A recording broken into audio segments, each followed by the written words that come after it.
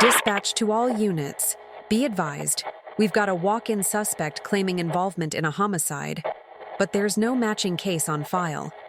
Subject says he was the victim, requesting senior investigators. Something's not right.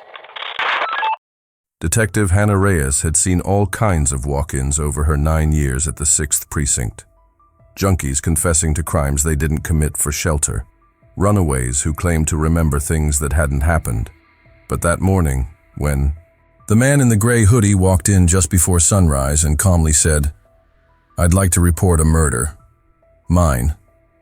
She felt something shift in the air. She stared at him. He looked mid-30s, clean, steady.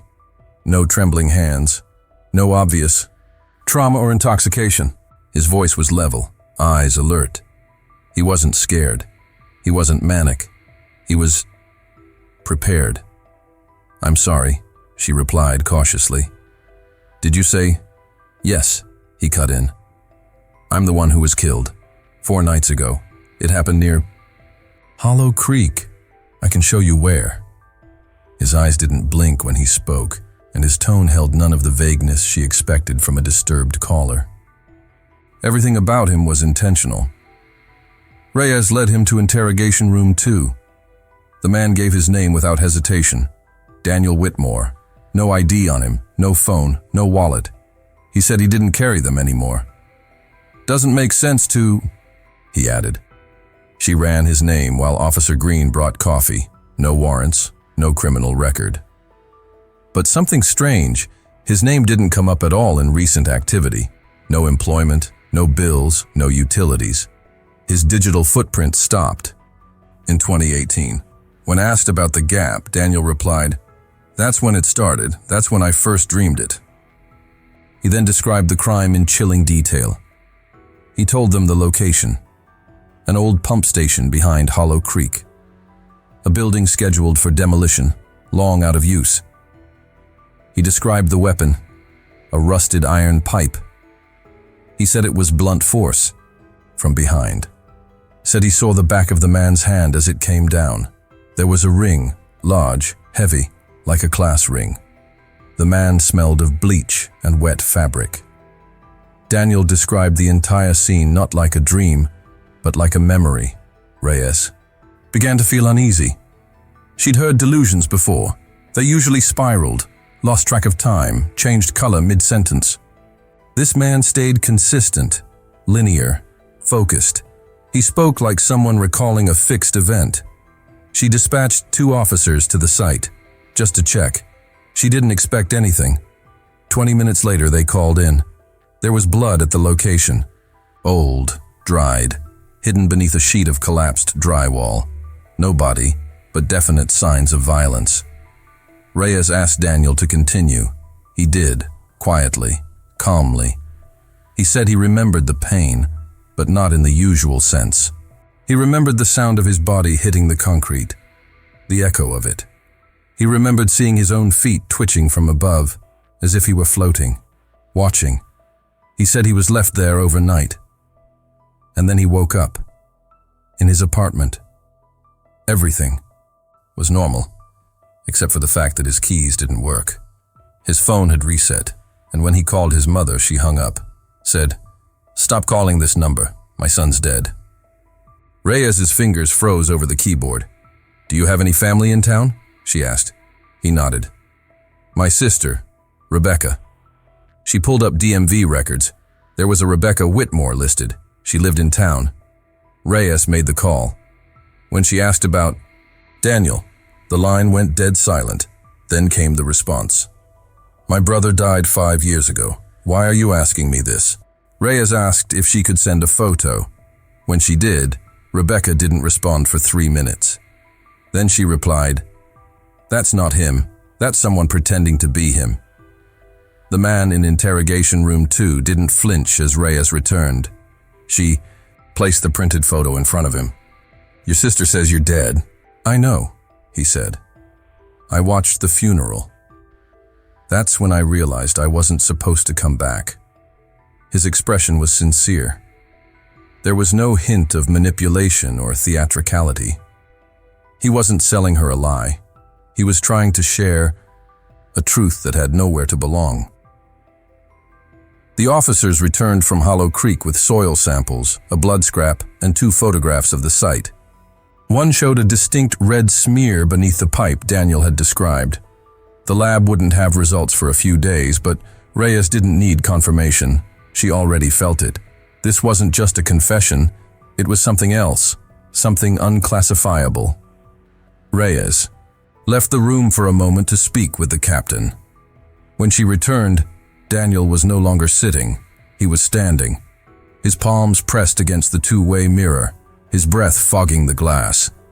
And on the mirror, drawn by his fingertip in the condensation, were 3 words, "He's coming back." The photo was still on the table when Captain Ellis entered the observation room.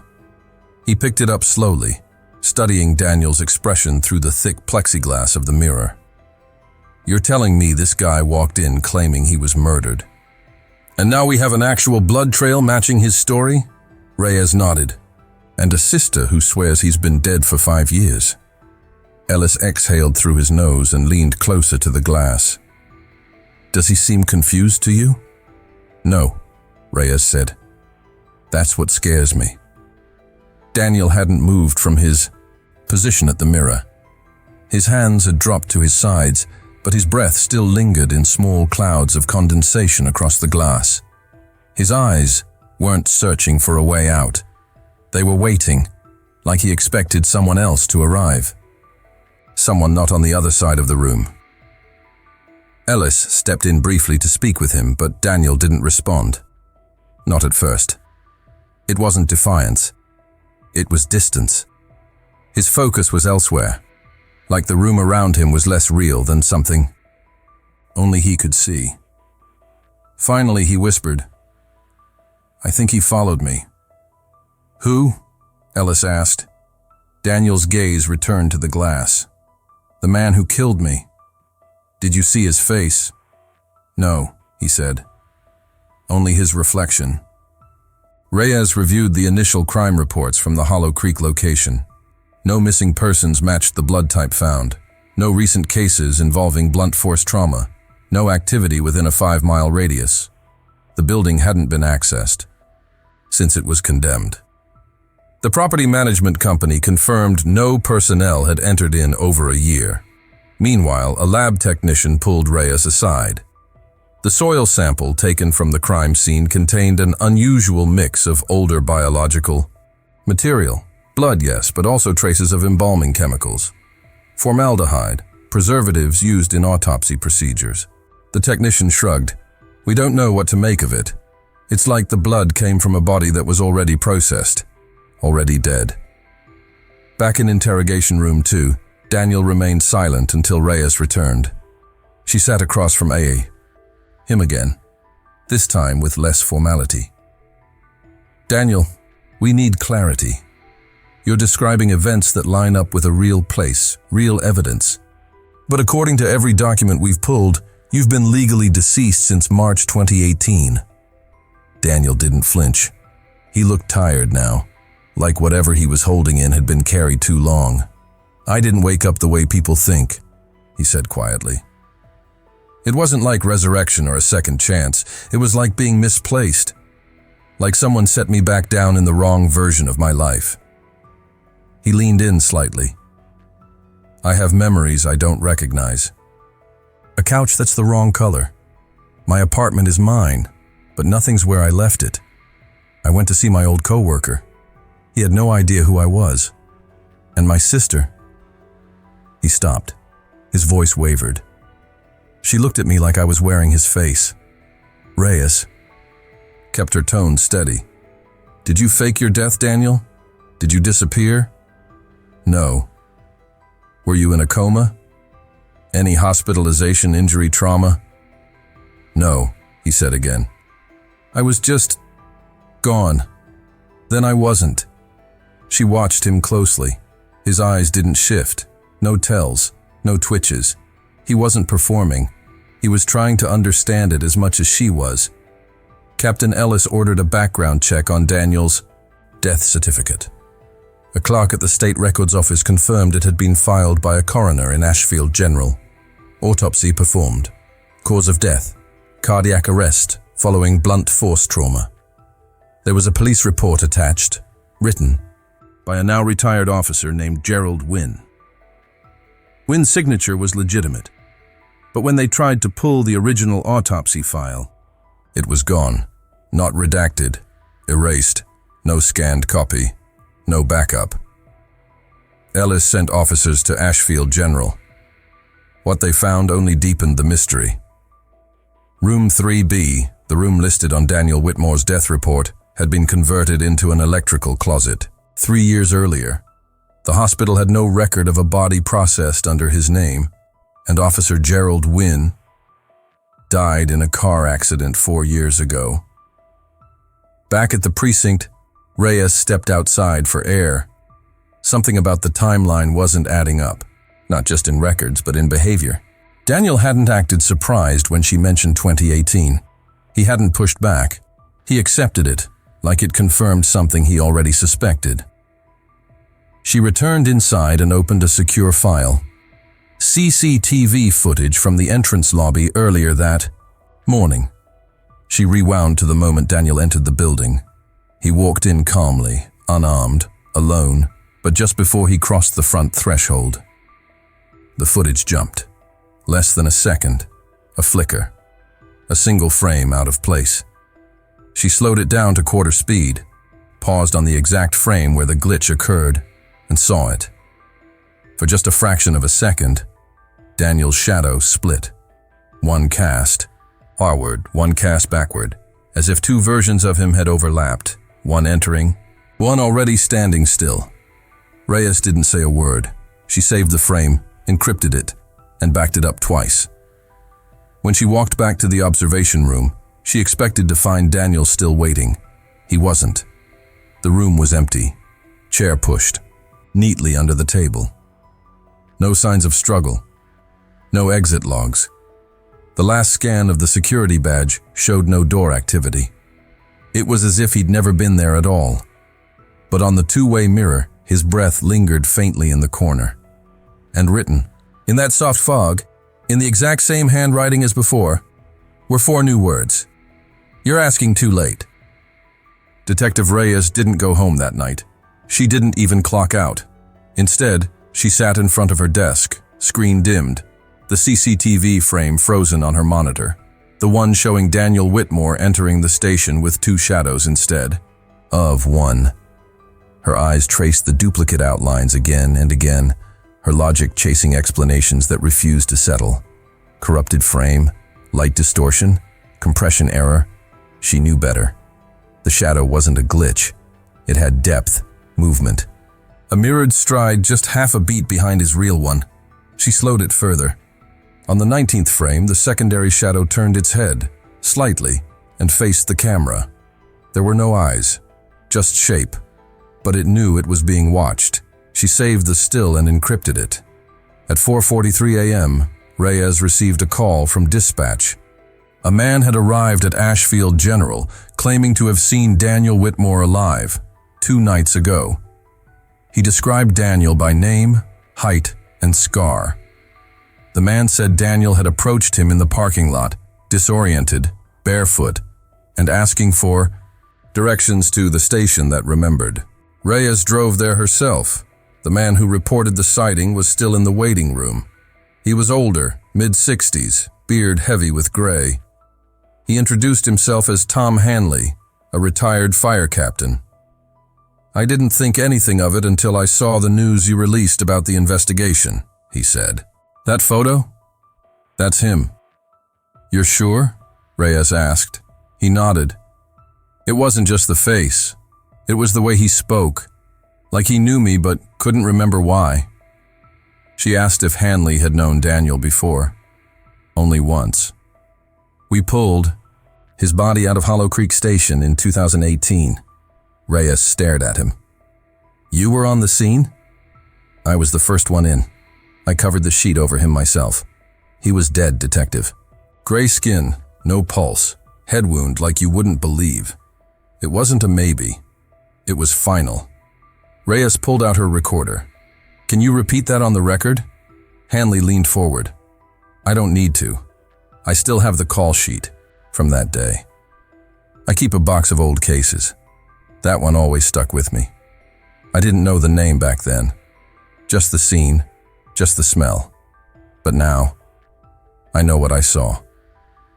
They returned to the precinct together. Hanley brought his case box. Inside was the original call report from March 12, 2018. One line stood out. Subject deceased. Blunt force trauma. Confirmed. Signed by both Hanley and Officer Gerald Wynn, the same officer who supposedly died years later in an unrelated accident. But the date of Wynn's death didn't match the official file either. Reyes pulled up his obituary. It had no time of death, no service information, just a blank notice. Details withheld at family request. She checked the hospital's personnel directory again.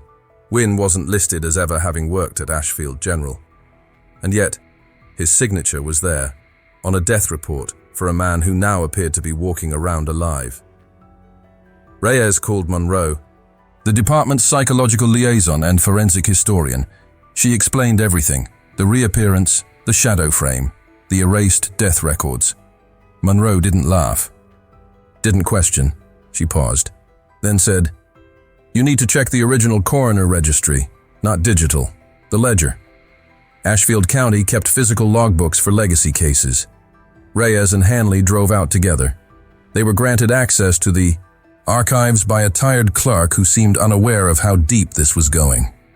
In the 2018 logbook, they found the entry for Daniel Whitmore, date, time, cause of death.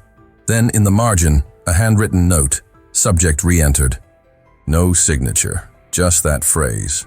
Reyes flipped back to the cover of the logbook. Stamped in red ink was a phrase she'd never seen before. Echo Class, Phase 2, Memory Loop Clearance.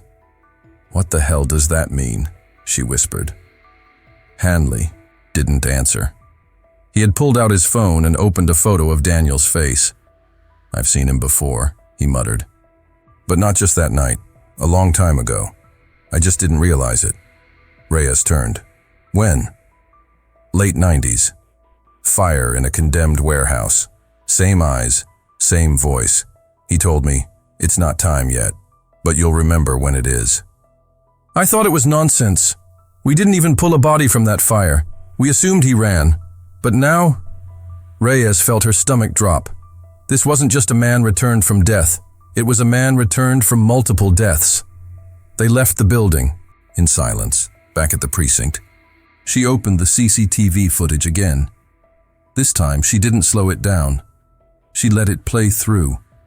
And for the first time, she saw something else. The second shadow? It didn't disappear. It entered the room behind Daniel and never came back out. Remained unaccounted for, unseen. It had entered the building and stayed. Detective Reyes locked the tech room door behind her. She didn't want anyone else seeing the footage. Not yet. The copy she saved was encrypted and moved to an isolated terminal with no network connection. She sat down, eyes fixed on the split-second moment when Daniel entered the building, and something followed. It had no face, no visible body, but it cast form. And more importantly, it moved independently. Its shape, once inside, had gone left toward the back corridor. Daniel had gone right. 2 paths. Only one had returned to the camera. She rewound the footage again. On frame 42, something flickered just past the badge reader by the south stairwell. A shimmer, like light, bending wrong around a corner. When the frame played at full speed, it vanished, like it had never existed. But she'd seen it, and that was enough. Her phone buzzed. Unknown number. The screen didn't show a contact photo, just a gray silhouette. The notification wasn't a call. It was an airdrop request. File name: You followed me first.move. She declined it immediately. The device locked, froze, then restarted, without warning. When it came back on, the file had been saved anyway. She didn't open it. Not yet. Instead, she searched the department logs for similar unexplained walk-ins. There were 3 in the last decade. Each case involved someone claiming to have been killed, describing a crime that left behind some kind of physical evidence, blood, a weapon, a location, but no matching victim. Each of those people had later disappeared from holding without a trace, no camera footage, no log of their exit. One had said something eerily close to what Daniel had written on the mirror. He's coming back. You waited too long. The door won't stay closed. All those cases had been closed as administrative error. Now Reyes knew better. She opened the airdropped file. The video played silently at first. Footage of a hallway, but not from the precinct. It looked like a hospital corridor, dim and sterile, with pale lights overhead flickering in a rhythmic pulse. The camera moved slowly forward, shaky, as if being held by a trembling hand. Then the frame froze on a door labeled Observation Room. Echo containment. A low, distorted whisper crawled. From the speaker, you remembered too much. The screen cut to black. Reyes didn't sleep that night, nor the next. 3 days passed. Daniel didn't return. The system still showed no record of his exit. Officer Green, who had escorted Daniel to the interrogation room, now claimed not to remember him at all. I thought that room was empty that day, he said. You sure you didn't imagine this guy? That's when Reyes pulled out the printed photo again, the one of Daniel. She handed it to Green. He stared at it, blank, then turned it upside down and blinked twice. I don't know who that is. The shadow hadn't just stayed in the building. It was doing something. Reyes wasn't sure what, but she could feel it. The memories were shifting. She double-checked her own log notes and found inconsistencies. Phrases she didn't remember writing. Time stamps off by minutes. A sentence that read, "You didn't stop it then either." She hadn't written that. She was sure of it. At 3:17 a.m. on the 4th night, her printer activated. No job had been sent. It printed a single page. No header, just coordinates. When traced, they led to a remote cemetery on the outskirts of town. Row 7. Grave 22. Whitmore. She arrived just before sunrise. The headstone was old, weathered. It read, Daniel Whitmore, 1983-2018. He was remembered by those who couldn't forget. Next to it, a small plaque in the ground bore no name, just an engraving. Phase 3, initiated. Suddenly, everything clicked. The footage, the echoes, the conflicting records. Daniel had never just returned. He had always been repeating. This wasn't about resurrection. It was about a pattern, a closed system with brief moments of deviation when the memory loops glitched and let someone through. And Reyes? She was now part of the pattern because she had seen too much, knew too much, followed it too far. When she returned to the station, the power flickered. Every screen on the floor displayed the same freeze frame from 4 days earlier. Daniel, entering the building. Only now, there was no shadow behind him. There was a reflection ahead, a mirror facing him from within the precinct entrance. And in the mirror, Detective Reyes, standing where she had stood. Only she hadn't been there that day. She couldn't have been. But the file didn't care. The memory was rewriting itself, and she was next. Detective Reyes stood in the precinct's tech room as the screens flickered in near-perfect unison. She counted it, 6-second intervals, too rhythmic to be malfunction, too coordinated to be random. Every monitor now showed the same looping video. Not the original footage of Daniel walking in, but a version of it. A newer version. One with details that didn't match her memory. In this version, Daniel wasn't alone. There was a second figure walking beside him. Same height, same build, identical posture. The image wasn't distorted. It was deliberate. The second figure had no face, no clothes. Just shadow, mimicking Daniel step for step, At frame 48, the figure turned and looked into the lens. Its eyes were blank, but behind those blanks was something Reyes couldn't describe. A memory too old to be hers. Her radio crackled. Dead. Channel. Then a voice came through. Not from any precinct signal, not from dispatch, but something lower. Deeper. Phase 3. Detected. She froze. Phase 3. The phrase she'd seen on the unmarked plaque beside Daniel Whitmore's grave. She didn't know what it meant, only that it wasn't procedural. It wasn't police code. It was systemic. Bigger than law enforcement. Bigger than government. It was memory protocol, and she was now inside it. The computers rebooted on their own, printers activated. Every office door unlocked in sequence, one after another, sounding like a slow, calculated breath through the halls. As Reyes stepped into the corridor, she realized the station wasn't empty, but it wasn't occupied either. It was paused, stuck, like a video frozen mid-frame. Officers at their desks remained motionless. Phones rang without answer. Even the hum of the building had dulled, as if the entire structure were waiting for someone to hit play. She didn't dare touch anything. Instead, she followed the source of the static, a low-frequency buzz pulling her toward interrogation room 2, the same room Daniel had used. The door was ajar, inside. The lights were dim. The mirror had fogged again, even though the temperature hadn't changed, and on the glass, this time, was not a message, but a reflection, her own. Only it wasn't her now. It was her from days ago, leaning in, staring back, and beside that reflection stood Daniel, alive. But his expression wasn't relief. It was warning. A voice echoed in her mind. But it wasn't coming through her ears. It was remembered.